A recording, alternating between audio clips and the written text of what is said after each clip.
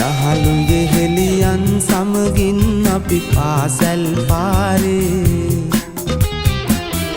ඇවිද ගියපු මග පාළුයි අපි අද නෑනේ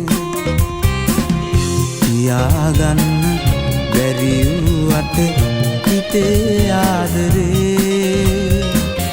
සිතින් නේද අපි දෙන්නා ලංවී ආදරේ කළේ සිත හිමිහිට හදාගන්න රත්තරන් මට සිහිනෙන්වත් එන්න එපා සුවඳ අරගෙන සමරු පොතේ දඟ කෙරුවත් අපේ මතක